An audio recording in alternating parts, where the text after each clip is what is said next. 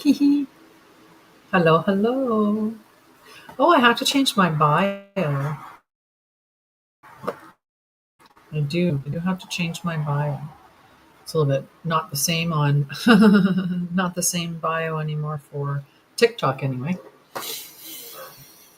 I'm like, did I get? Hmm. Sorry, there's a candle down here. You wouldn't be able to see it. Uh,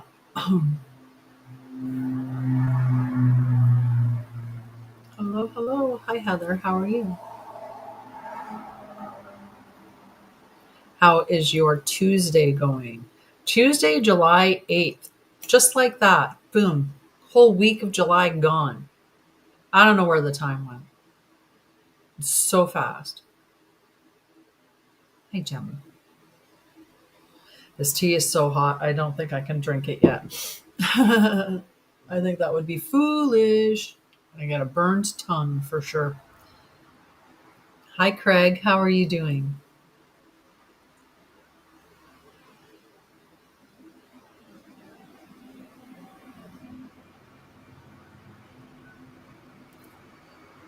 How are you? Hello, William. How are you? I keep forgetting, like, if I'm going to look like I'm looking at you, I got to look up, but I'm usually looking at your name. So it's always, I should try, like, but then it's just, I'm just looking at myself then. But how are you doing, Craig?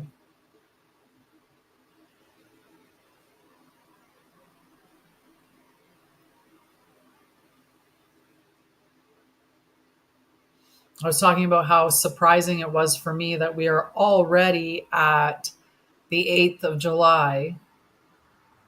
Hi, Isabella.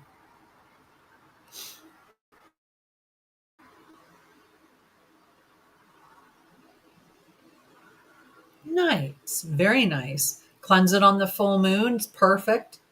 The full moon's technically on the 10th, but you're in the window anyway. There's definitely a few days before the full moon and then a few days after the full moon is within the energetic space. So it's perfect time to do a cleanse, to release what no longer serves you and, do that kind of stuff.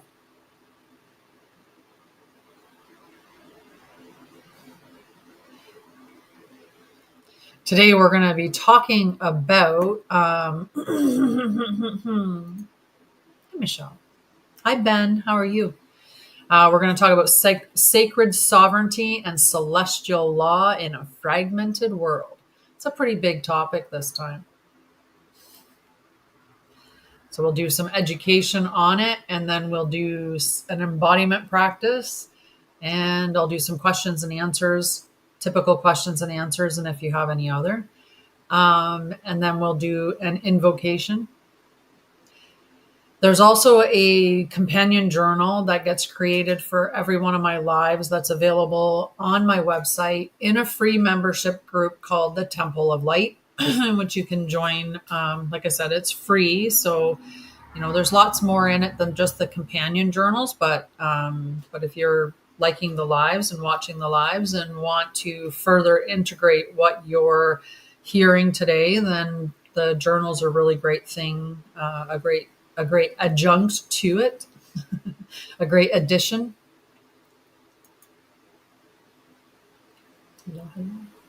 I'm broadcasting on both TikTok and YouTube, so you'll see me looking up top from the bottom screen. Hello, hello. I love you. Just want to say that, Teresa. Just have to say that. You have a beautiful energy, and I just love you. Hello, hello. Interesting name and picture.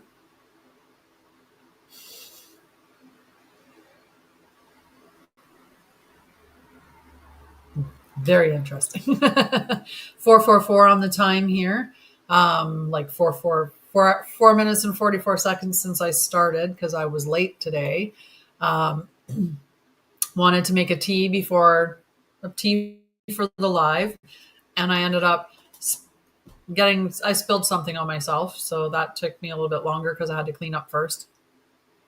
Yeah, absolutely, Teresa. Absolutely. So today we're going to have, like I said, we're going to have a good session because we are talking about sovereignty. We're talking about more than sovereignty. We are talking about um, sacred sovereignty and celestial law in a fragmented world. So it's a pretty deep topic. Hi, Genuine. How are you? And I always like to make you do actual practical stuff. So we'll have a bit of that in today's live as well. So the opening transmission that I have for you is the crown and the compass. There is a law that predates governance, a light that supersedes doctrine, a sovereignty that cannot be revoked, only forgotten. We are not here to obey distorted systems. We are here to remember the eternal laws encoded within our essence. When the world fractures, it's the law of light that guides us home. True sovereignty is not a rebellion, it is a remembrance. In a time of false authority, disinformation, and manipulated truth, the temple within us must stand as a sovereign receiver, hi Dawn, of celestial law. We are the translators of divine order. We are the living testament that truth cannot be silenced. Remember in Coco how they had the whole premise within Coco was when the lost soul forgot you, then you became nothing, like you vanished, right? They were lost forever.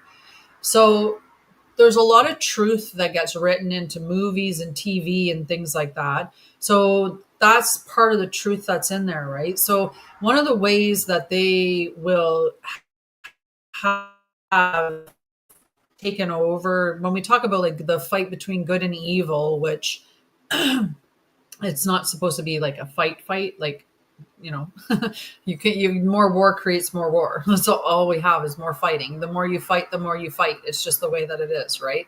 But in this journey that we're on, right, there seems to be an element running the world and running it in a very, very negative way,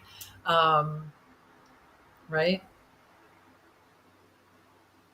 Yeah, I can help you with that. That was one of the things that started me on this journey, was actually healing my trauma. Once I did that, then I came out of that space and I was like, I've got to help other people, because I knew what it was like to experience a lot of really, really terrible things. I knew what it was like to experience life, thinking that you were normal, but also having like lots and lots of trauma, not knowing how to really, hi Edie, not really knowing how to manage my emotions. I was really focused on things external to me, giving me value. Relationships were really, really important to me because I felt like if I was in a relationship, that meant that I was lovable. But if I wasn't in a relationship, then I obviously wasn't lovable. Because I had a lot of traumas that made me really, really have shame about who I was as an individual. And many of us carry those types of traumas. I had really, I never got diagnosed as being neurodivergent. So, I ran around just having really, really sensitivity towards rejection and not understanding that that's kind of a part of, of that ADHD thing. I moved all over the place. We moved probably, I've estimated, my brother and I counted one time that we think we moved at least 50 times throughout our childhood. So, we had lots and lots of different experiences. And I thought I was doing really good because I had this career. I was the director of nursing and the manager, like a senior manager of a hospital in long-term care. I had a relationship. My children are fantastic. So I thought that everything was good, but then I started getting sick. and with a lot of different symptoms that were really weird. And through those symptoms, I finally got diagnosed back then as having multiple sclerosis. And that started, a chain of events that led to me eventually saying I need to take time off work so that I can deal with my diagnosis, because I was falling deeper into depression and my symptoms were getting worse. And it was to the point where they were suggesting that I use a wheelchair because I was so unstable on my feet that even with a walker, I was presenting as a fall risk. Now, I was somebody who graduated top of my class. I had a 4.0 from university. I did my nursing in 3 years instead of 2. This is because of my trauma, because I couldn't shut off, right? It was go, go, go, go, do, and be preoccupied with things. And if I wasn't really in a busy state of mind, then I was probably numbed out or shut down, right? I was turned off. I wasn't present. I was disconnected in some capacity. So I found all these different ways to disconnect. And that doesn't mean that there weren't moments within my life where I was present, or moments within my life where I was connected, or moments within my life that I was even some semblance of healthiness. But the overriding path of my life was all horrible amount of trauma leading to poor, life choices where I, like I said, I didn't manage my health the best way. I did what a lot of people did. I ate a lot of processed food. I numbed out or soothed with food a lot as well. Like I would be tired coming home from work, so I'd be ordering fast food or takeout. It was nothing for me to sit down with my partner and game all weekend and eat like 2 teenage children got their parents' debit card and was able to go and just buy whatever they wanted. So we would come home with all kinds of like really bad snacks and treats, and we would just eat crappy food all weekend. So the choices that I had made based on the traumas that I experienced and my poor self concepts, I mean, they led me to that unhealthy spot. And so I got the diagnosis, and I took the time off. And when I took the time off, my unresolved traumas said, hello, remember us? Now you got to deal with us too. So then, you get the rest of the diagnosis, the anxiety, the depression, the CPTSD. I had panic disorder as well. I had a bunch of things going on. So I was also, like I said, I was the director of nursing and senior management at that time. So when I went off on my leave, I actually had great benefits. So I had a full care team. I got all the medications. I got all the teams the specialists that I needed to see. I had the MS association, like the whole, so I went and saw MS like doctors. I went and saw an MS psychiatrist because of some of the stuff that was going on. I saw a regular psychiatrist. I saw a psychologist. I did group programs. I took all the medications. I did the rehab. I did the occupational health. I did the physiotherapy. I did it all. I was a good student and I was a good staff. Like I was a good employee. So I did everything. I did everything, and I didn't get better. And then I started getting frustrated because I felt like I lost my life. I was so sedated that I couldn't work. I was so sedated that I couldn't do anything, except for just survive in my house. And that wasn't living to me.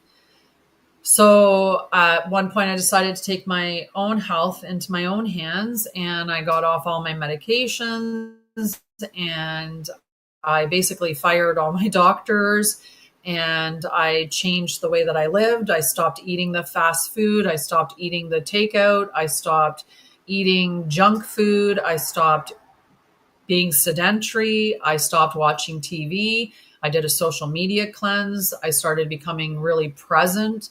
The life I live now is a far cry from the one that I lived before. Before I was go, go, go, do. And now I have a lot of structure, but I also have a lot of flow. I work from home. I don't work 12-hour shifts and then some. I don't, I listen to my body. I meditate. I keep my breathing slow and steady. I do all kinds of things. I make sauerkraut and I make sourdough bread and I make I make holistic foods, and I have a garden and I walk all the time. Like I walk every day, and I live a healthy lifestyle now. I made the change. It's implementing the practical, right? If you want to be somebody who's healthy, you have to actually do the things that make you healthy. Same thing if you want to have a successful company, well, then you have to do the things that a successful company would have. Now, that doesn't mean hustle and grind or anything like that, but it does mean that you have to be doing something towards having a company. You can't just magic it out of thin air. And the same thing with being physically fit. You can't magic it out of thin air. And in order for you to manage your trauma or work through your trauma, you actually have to face it. You have to, you have to sit down and ask yourself those questions and stare your shadow in the face and let it go. Be willing to let it go. See where the patterns show up in your life, why you do the things you do because of those patterns, right? I knew that I stayed in relationships and I chased men because I felt really, really unlovable because of my childhood trauma surrounding a lot of like my dad and the terrible things that he did to me back then. So I understood that I was making those choices so that I could see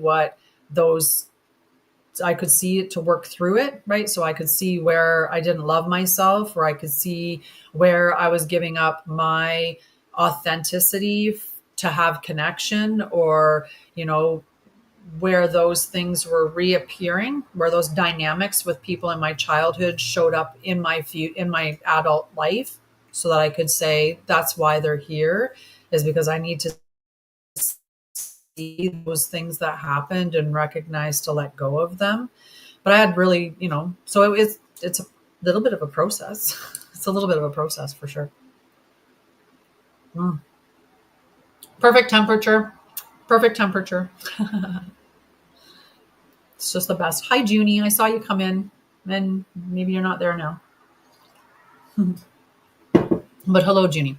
Okay, we're going to go back to the topic that we were talking about, or what the whole show was about. And but that's how I got here to begin with. To begin with, I started out wanting to help people with their trauma.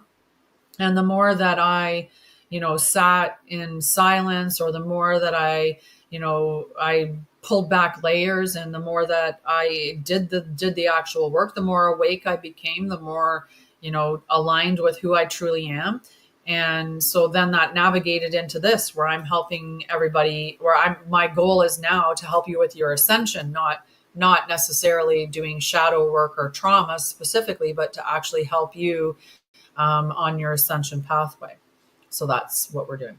So today we're talking about sacred sovereignty and celestial law in a fragmented world. So we're just at the core teachings part. I just opened the session, and then someone asked a question, and that got me going on my little spiel there. Okay, so the core teachings: celestial law as living frequency.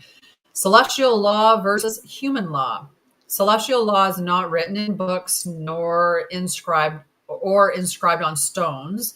It is written in frequency, vibration, and divine architecture. It is the natural law of source, encoded in the very fabric of reality. While human laws are created by institutions and shaped by agendas, celestial law is unchanging, incorruptible, and ever present. It operates beyond opinion and majority consensus. When you align with celestial law, you are not obeying, you are harmonizing with the original blueprint of creation. This law governs through coherence, not coercion. It restores dignity, balance, and right relation with all beings, timelines, and worlds. Hi, spiritual love. How are you? Hi, Lucy. Good morning. Good morning. Good afternoon, I mean. Why am I saying good morning? I think I'm confused. Not a surprise, though. We've changed the time from 9 to then 11 till now. Now it's at 3:30. So I am used to being more earlier in the day. All right. Sacred sovereignty is not isolation. True sovereignty is not separation. It is union with divine truth. It does not require withdrawal from others or rebellion against systems, but rather a deep rooting in one's oversoul alignment. Sovereignty is relational. It means that while you walk in your own divine authority, you also honor the sovereignty of every other being. In this way, sovereignty becomes the foundation for sacred interconnection, free of codependence or control. A sovereign being emanates clarity and presence, allowing others to rise in their own authority through resonance rather than domination. So, when we talked about this last week, we were talking about listening as a sovereign act, right? As an act of sovereignty. Because when you listen in such a way that you're not taking the energy of somebody else in, you're just allowing what they're saying and what they're expressing to exist. Now, that doesn't mean that you're not compassionate or kind. Like if someone's sharing that they're going through something that's emotional, you can be compassionate without investing your emotions into it, right? I can say that it's, that it's a what's going on in the world right now. There's a lot of stuff that's going on in the world right now that we can talk about. And we can say that it's a tragedy that's happening. But I can do so while not feeling into that tragedy. I can do so without amplifying that tragedy. Right. And that's what I'm talking about here is about that being in being sovereign doesn't mean that you have to isolate yourself from everybody else, right? In order to stay in that space. It just, you're staying in that space. It's the way that you're interacting with other people. You're not allowing them to change you, right? To change your emotions, to change your belief system, like what your knowing is, right? To change what you're doing. So for me, I stay in my sovereignty because how many people have told me that I should have stuck with nursing or gone back to nursing when that was something, now it'd be quite the task to get my nursing license back because I let it go, right? I haven't paid for my renewals. And I didn't do anything with it. I just stopped nursing and stopped paying to renew my license. So it is there, right? If I wanted to go back to it, I'd have to go in to reinstate my license, which would mean I'd have to do upgrading. And then through that upgrading, and I'd have to pass testing, and then I'd have to, get them to reinstate me. And then, it's a process anyway. And not that I'm looking to do that. But nonetheless, in the example here is that, I maintained my sovereignty when I was like, no, I know I'm doing what I'm meant to do. This is my soul mission. So I'm just going to keep doing this, even though people would tell me there was a bunch of reasons why I should go back to nursing, including and foremost for the money, right? That I should go back just for the money. And for the security and knowing that I would have employment and, retirement. That was another one that everyone, you'd have I do have my retirement fund. I cashed it out and I put it in a lira. Like I have it. I has it.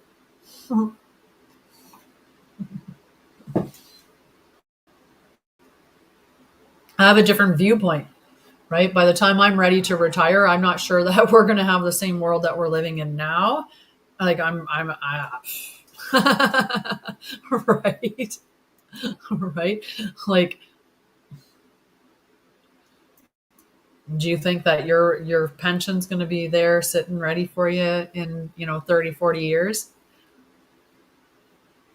Maybe, maybe.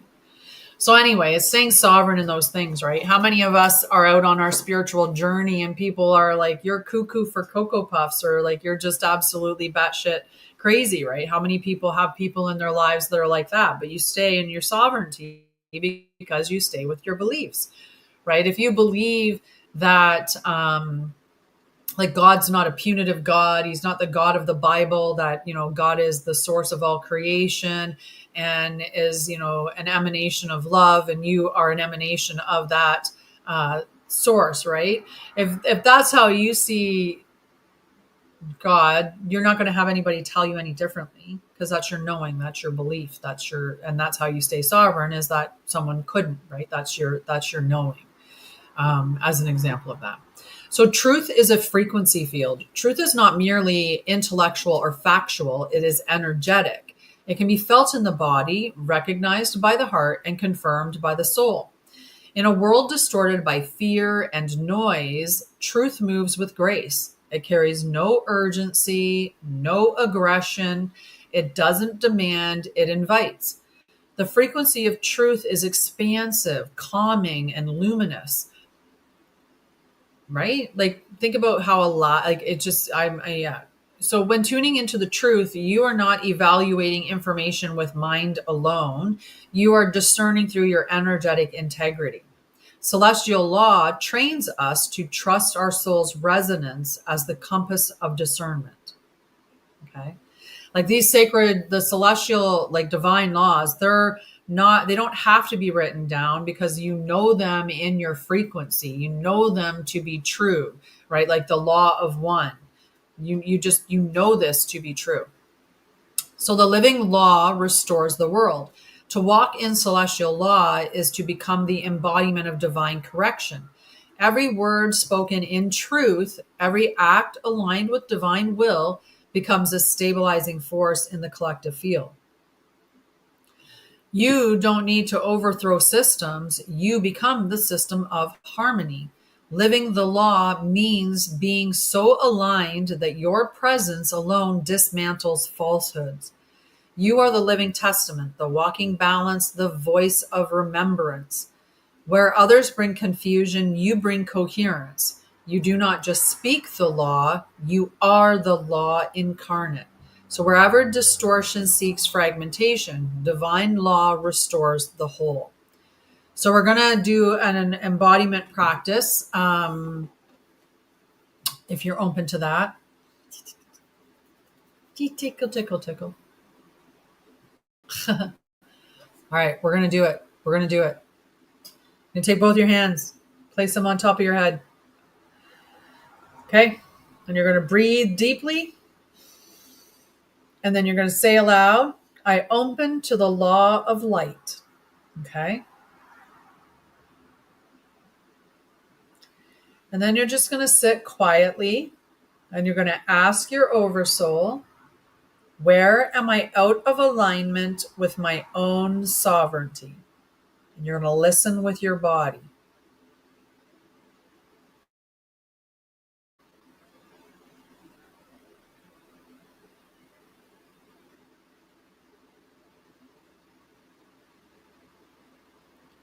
Okay, now you're going to speak out loud.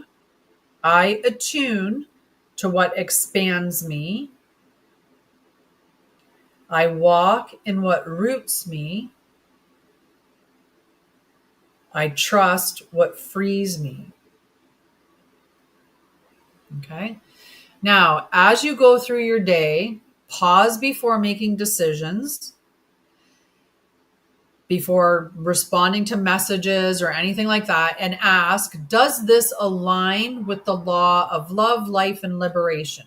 And then just feel for the resonance. Does that align? Does it feel like it aligns? Is it that expansive feeling? Is it that grounded feeling? Does it feel safe? Does it feel, like it's not rushing? There's no urgency. There's none of that, right?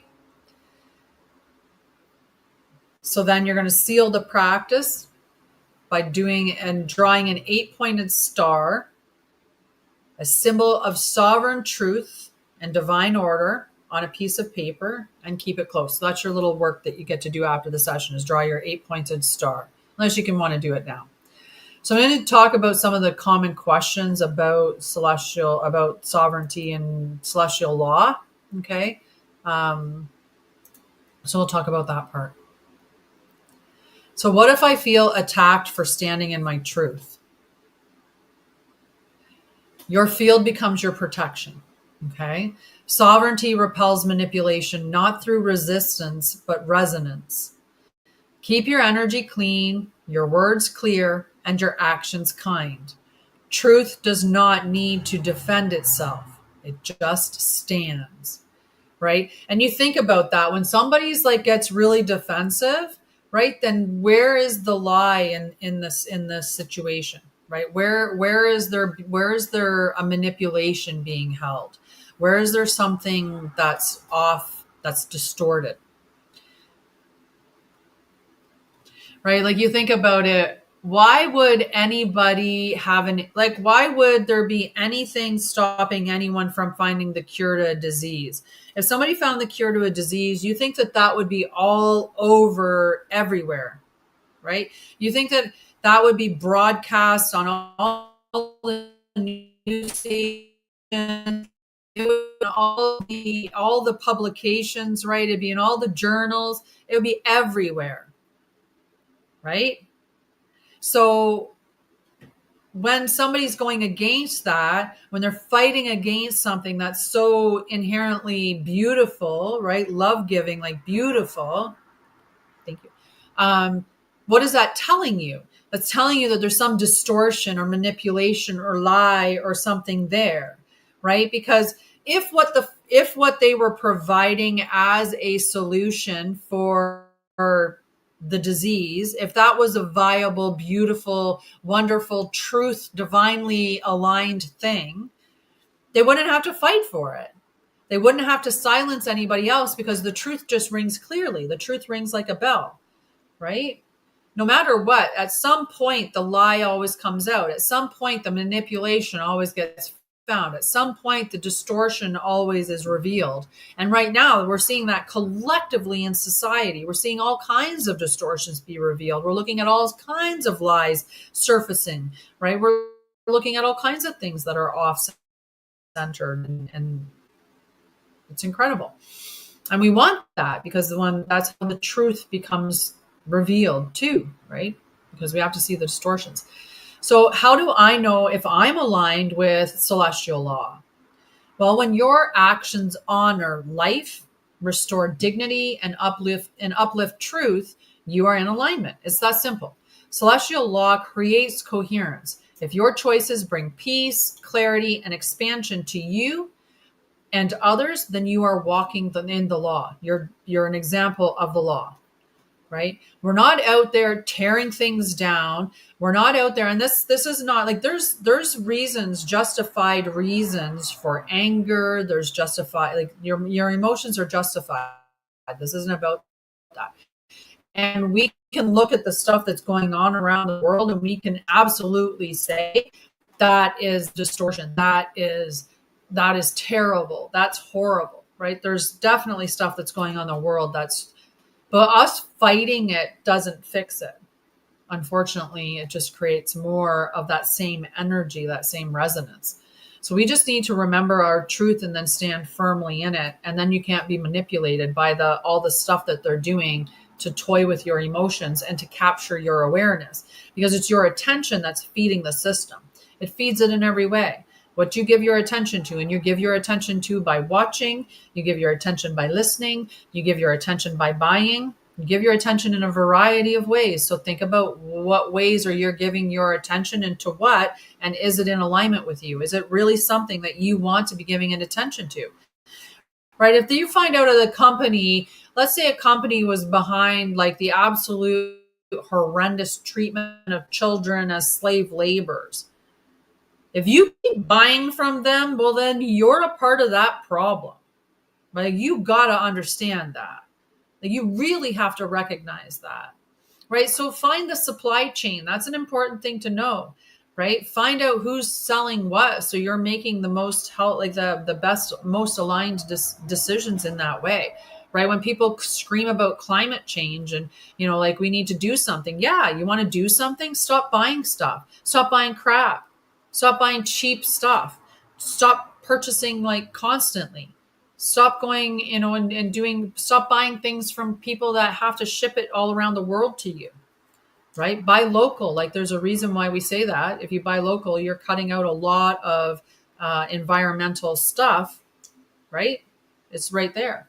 That person made it. It's right there. Bing, bang, boom. You got it, right? Rather than purchasing from somebody that's shipping it across the world, right? Through boats and planes and trains and, trucks and everything else, right? But your attention, where you put your attention, grows. So if you don't like what you're seeing in the world, stop looking at it.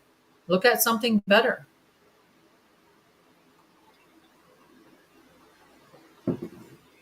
We didn't come here to play around, guys. Right? Like a lot of people, that's what their channels are all about, is just let's have fun, let's play around. We're down here to do this, or we're down here to do that. If you're identifying as a star seed or a chosen one, if you're identifying as someone that came down here to be a part of this great awakening, you think that, like there's two earths that are, forming before us, and you want to be on the earth that's elevating, not the earth that's going to, maybe crash and burn. Let's just say, if we want to give it those polarities. Right? Like, if you think about that, if that's who you are, well, then why aren't you embodying exactly what you need to embody to get there? Right? This isn't about playing around anymore. Right? They say, like, whatever you're feeding your awareness to, whatever you're feeding and they say, oh, well, we came down here to have a human experience. Well, actually, if you say that you're a light worker or a starseed or a chosen one or an earth angel or someone who's part of this great awakening, or you came to do these things, then no, you didn't. You didn't come down here to live a human life, because the human life that we're currently living is the distorted antichristic way, right? You can't say that that's not the antichristic way, right? We have people, we have countries who have actually legal abortion up to and including birth. So at the birth of your baby, you could decide, yeah, I changed my mind, I don't want it, and they will just get rid of the baby at birth. You can't tell me that's in any way, that's not evil. That's just not evil, just making its way into the world. Right? That's stuff we didn't come down here to take part in that. We came down here to be the wave that changes it, to be the new, to rise and show what the way that it's supposed to be lived, right? We came down here to show the right way, to live the right way, to be the change. And that's the only way that it changes, is if you be the change, not if you think about the change, not if you, wish about the change, not if you watch TV about the change or ingest, scrolling on the change. You have to actually be the change. You have to be the one that embodies the truth. And that's how we make the change. And when you're ready to do that, join me in Anshara'El, because that's what we're all about, is the actual change. That worked out really well. I'm sorry. I didn't plan that. I didn't plan that. That just worked out. All right. So what if my family or community follows distorted systems? Many of us are living in where it's distorted. We still live in, I heard something about, do you know why they're pushing for the universal basic income? And people will be all about it. Yes, a universal basic income, because they see it as, like elevating everybody out of poverty and making sure that everybody gets a certain amount of money. But what it's doing is making you reliant upon the system. The reason why they're bringing that universal basic income in is because more and more and more and more people are leaving the system. More and more and more people are deciding not to pay their taxes. More and more people are not giving them what they want. So this is their way to try to pull you back in, to become reliant on the system again. Well, you know what happens when you get your universal basic income? Then whatever they say that you need to do, you have to do in order to keep your income, right? They'll be like your employer. We say you have to have this in order for you to keep getting that. And there you go. Getting the next one so you can keep it, right?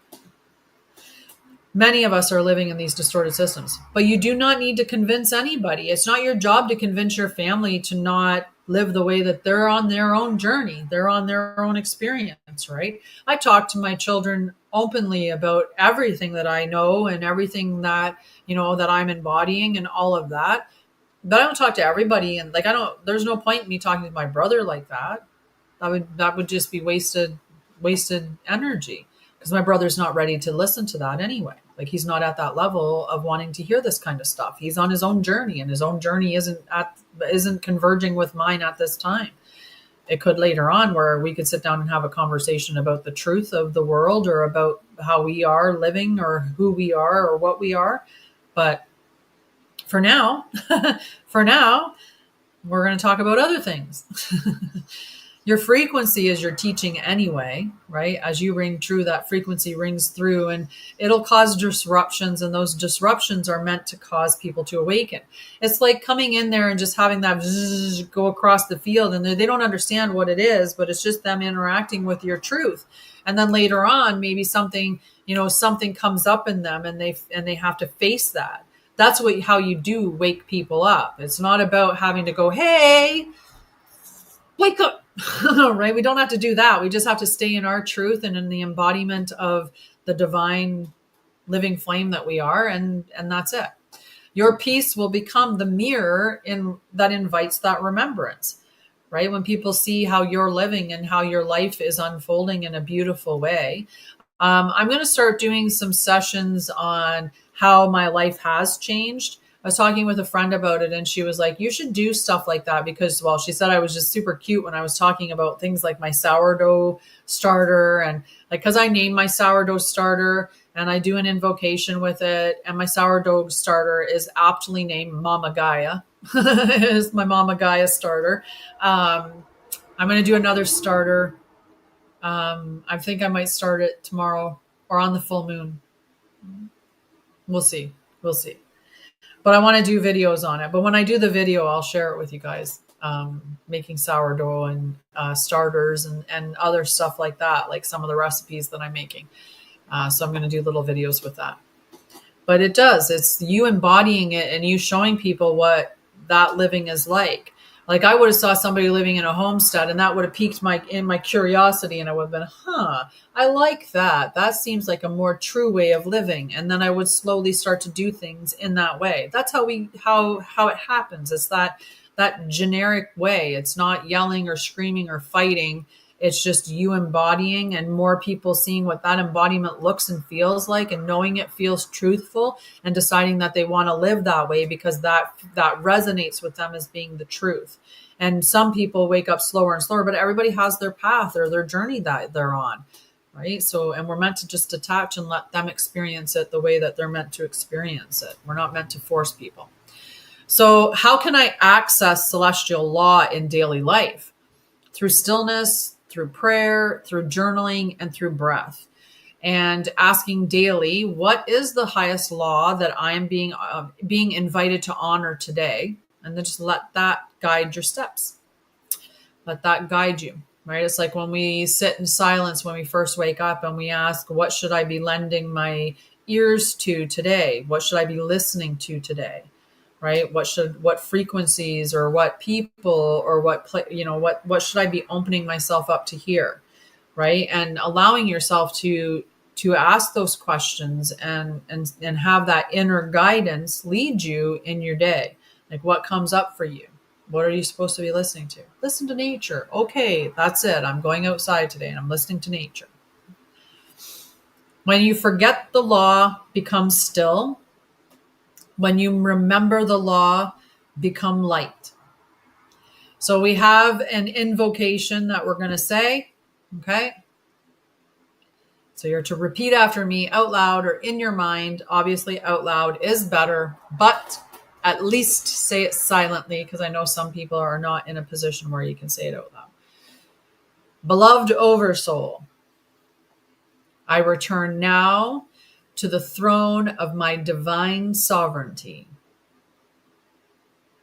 I ask for full remembrance of celestial law encoded within me. Let me walk not by fear, but by resonance. Let my breath speak truth. Let my presence restore divine order.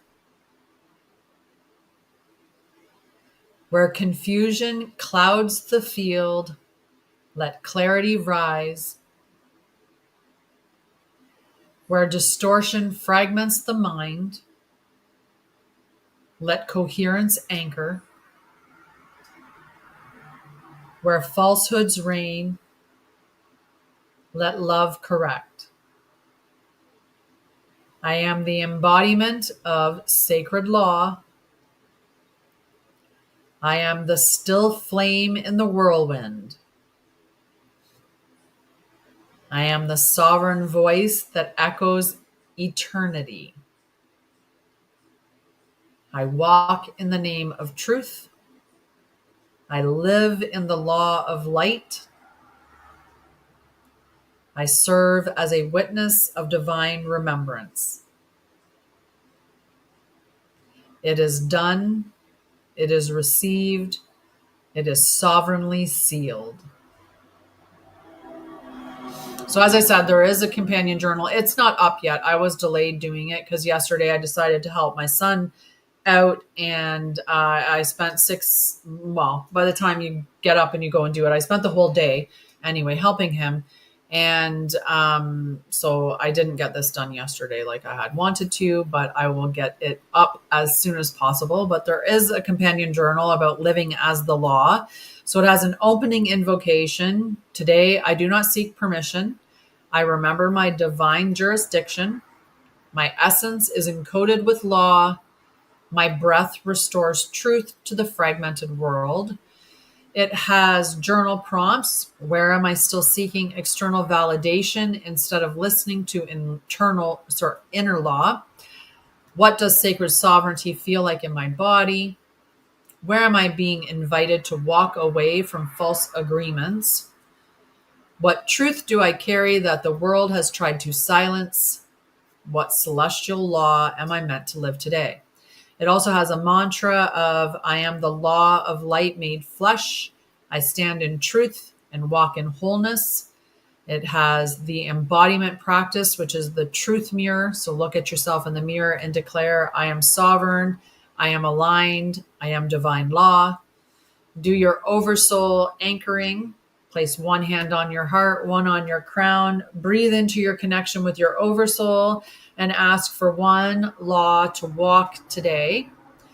And sound alignment. You can chant or hum a tone that brings your body peace and resonance. Let the vibration recalibrate your field. And the seal is draw a double triangle forming a 6-pointed star. Surround it with a circle. Place a dot in the center. This is the seal of sacred governance, divine balance through unity. Keep it close as a reminder. You are the law made visible. So there you go. Hi. Love you guys. Thank you. So yeah, this is how our episodes are here. We don't mess around. We're all about the divine truth. We're all about embodiment. We're all about doing what is required, what we came here to do. So that's what we came here to do. Right? We came here to be the embodiment of the divine beings that we are, to be that, which is really cool. Oh, so I decided to do this really cool thing. I put it on Facebook already, but I haven't put it anywhere else, but I'm going to. I decided because I published the book, Anshara'El Teaches a Wolf to Meditate, as the third book in the Unlikely Heroine Chronicles. And that published on June 21st on solstice. And I've decided for this full moon that I'm going to do a meditation thing for it. So if you purchase the book from either source, if you get it from Amazon, you have to send me the information about it, that you made the purchase, and then I can send you the meditation through a link. Yeah. So I can send you the link for the meditation. If you buy the book off the website, you'll get the link. You'll get that as a download as well. And that is available starting the full moon on the 10th. So on July 10th, that'll be available on the website. And it's Sorayah's full moon with the wolf circle is what the meditation is called. So I'm going to do that for you. I think that'll be a lot of fun. Super cute. So yeah, do check out those books. Like I said, I do have a bunch I have them on Amazon, but there are a couple more that are on my website. There's one. There's one that I have that's only available as an ebook at this time, and that is the Divergent Code. I forgot I haven't put the depression one up yet, but that one will also be available as an ebook on my site. Hi, Debbie. How are you? And hi, Caper Jean. Yeah. Mm-hmm.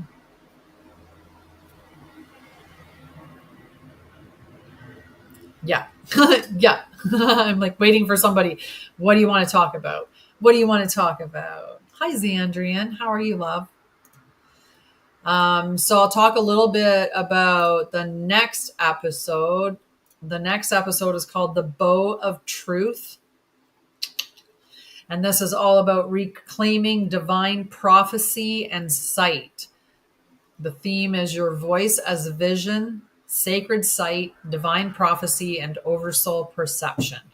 So that's what we're going to be doing on Thursday. And again, the live will be at 3:30 on Thursday. I'm going to stay with 3:30 for a little bit, and then we'll see if I'm going to, like, 3:30 Eastern. We'll see if I'm going to change that and make it any later or whatever going forward. But 3:30 seems to be an okay time for me right now, because it usually means that I can say to myself, I'm done at 5 and that's time to feed cast. So I kind of have that hard stop that my notification will come up and tell me it's time to feed cast.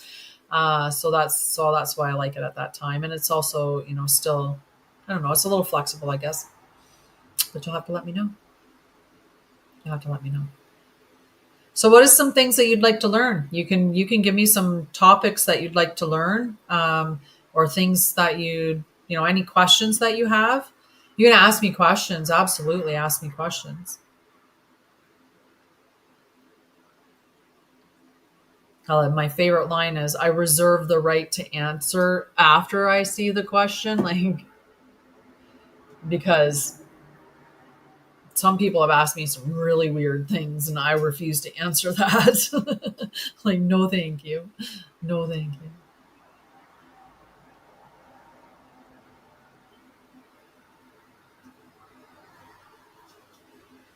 Hello, Ben. Nobody has any questions? You're all quiet this afternoon?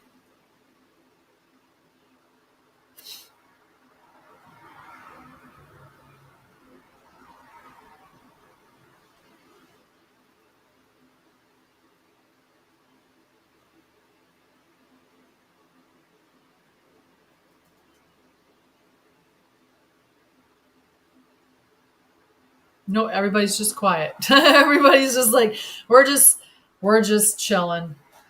We're just chilling. Well, at that rate, I'm going to have some of my tea because it is now not the perfect temperature. It's a little colder. So I'm going to have a little bit of tea.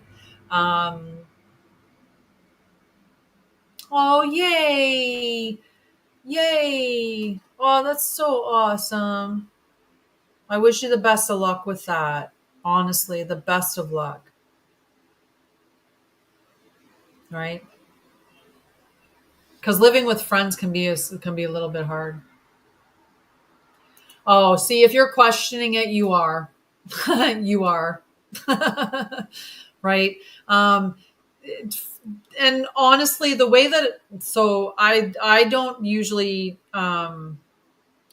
amazing. I don't normally get into too much with identities like that particular way, because what I like to look at it is, many of us have had, we've had many lifetimes, and we've had lifetimes on different, on different planets, in different worlds and different systems, right? So we've had these different lifetimes. If you're on an awakening path, you can almost be guaranteed at this point in time that anybody that is in the awakening path is either a guardian, a light worker, a chosen one of the 144,000, like all of these terms. The way that it is that when Source decided to experience more and separate it into more beings, right? The first wave that Source created were 12 beings, and these 12 beings are the supreme architects.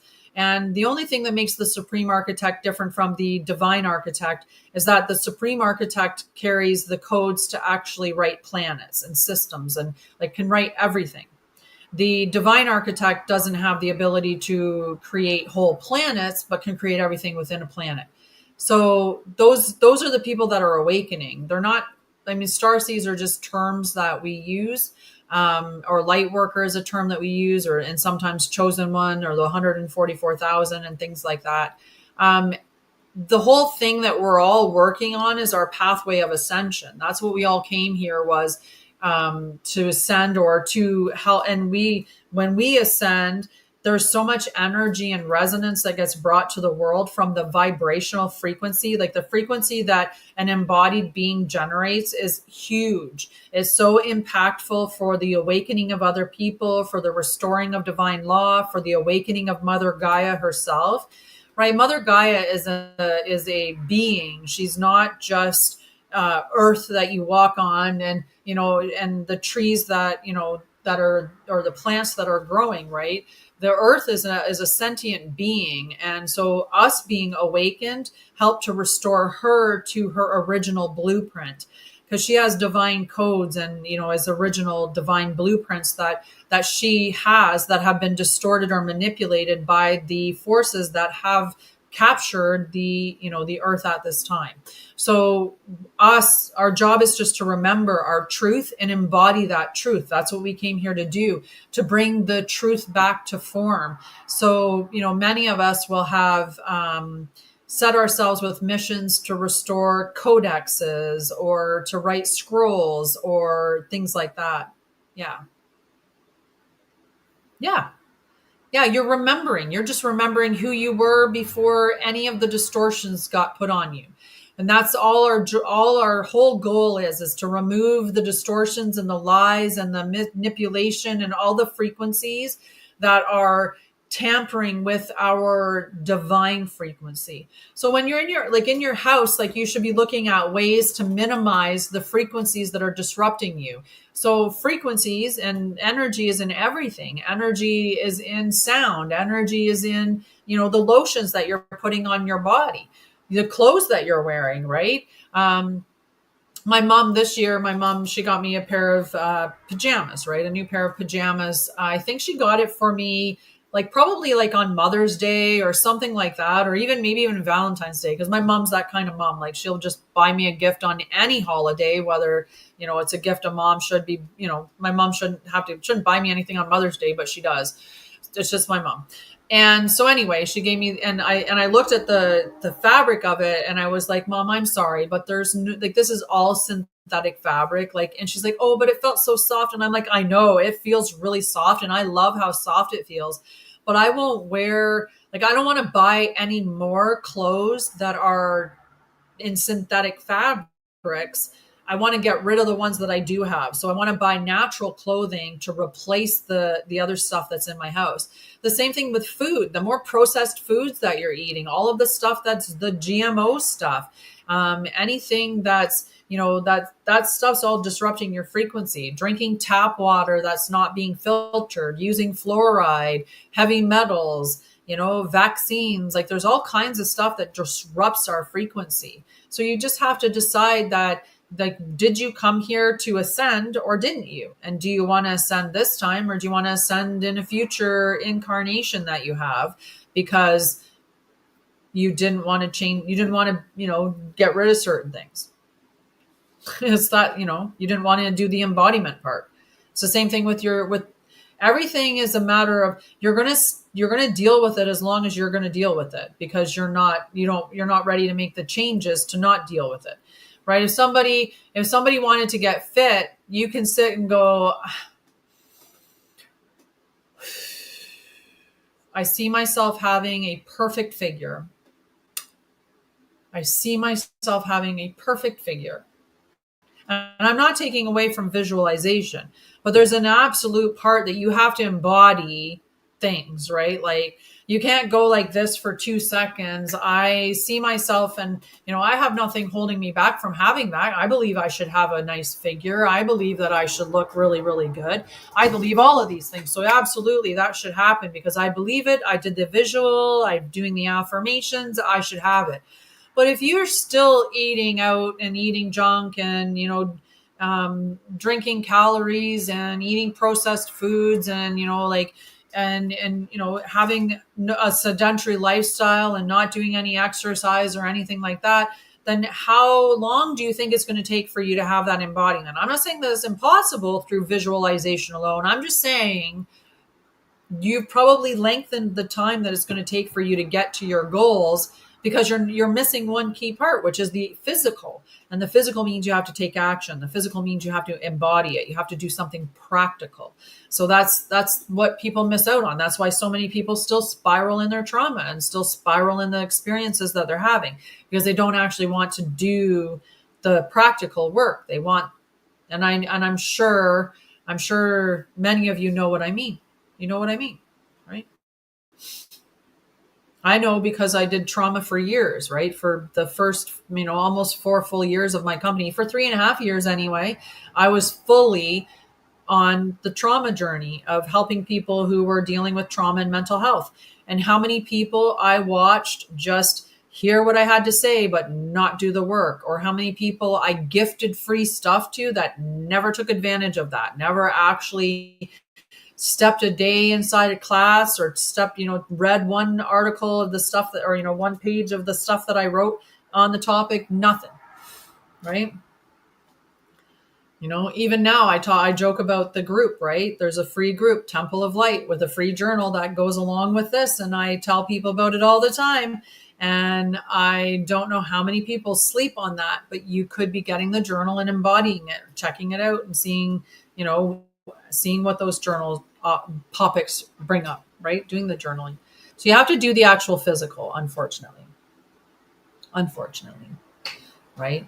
But many people want to sell you that quick, easy, instant overnight success. Like it's just, so then people think if it takes time that it's not happening, or it's not the right way.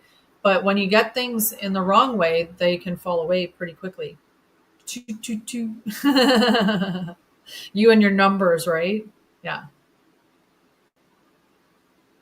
So yeah, it's all the pathway of ascension. That's what we came here to do. And in embodying that pathway, sure, there might be some things. I could do a session or do a thing for you, Teresa, and look into it for sure. And let you know what your soul mission is, what you assigned yourself to have to do, because you would have given yourself certain things, right? I'm apparently going to bring a lot of truth in, and that truth is going to come in the way of scrolls and books and stuff like that. My one friend gave herself the task of just being. She just has to be in her truth, and that's it, which ultimately we all have to, but she doesn't have a lot of like having to create this or how nice, just be. We joke about it all the time too. I'm like, what the heck? I apparently assigned myself 1,000 things to do, and you just gave yourself, you just had to be. Why didn't we share in this work?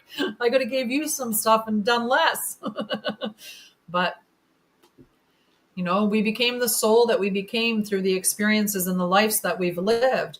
It's not about somebody being, there's no hierarchy. We're all souls and we all return, we're all in, but there's no hierarchies in that way, right? It's just that many of us have embodied different things and done the practical and done the work, and and other souls haven't. So they're not vibrating at the frequency or at the level of truth that we're at. And it's not a hierarchy thing. It's just a resonance, unfortunately. That was a pretty good, a pretty good ramble.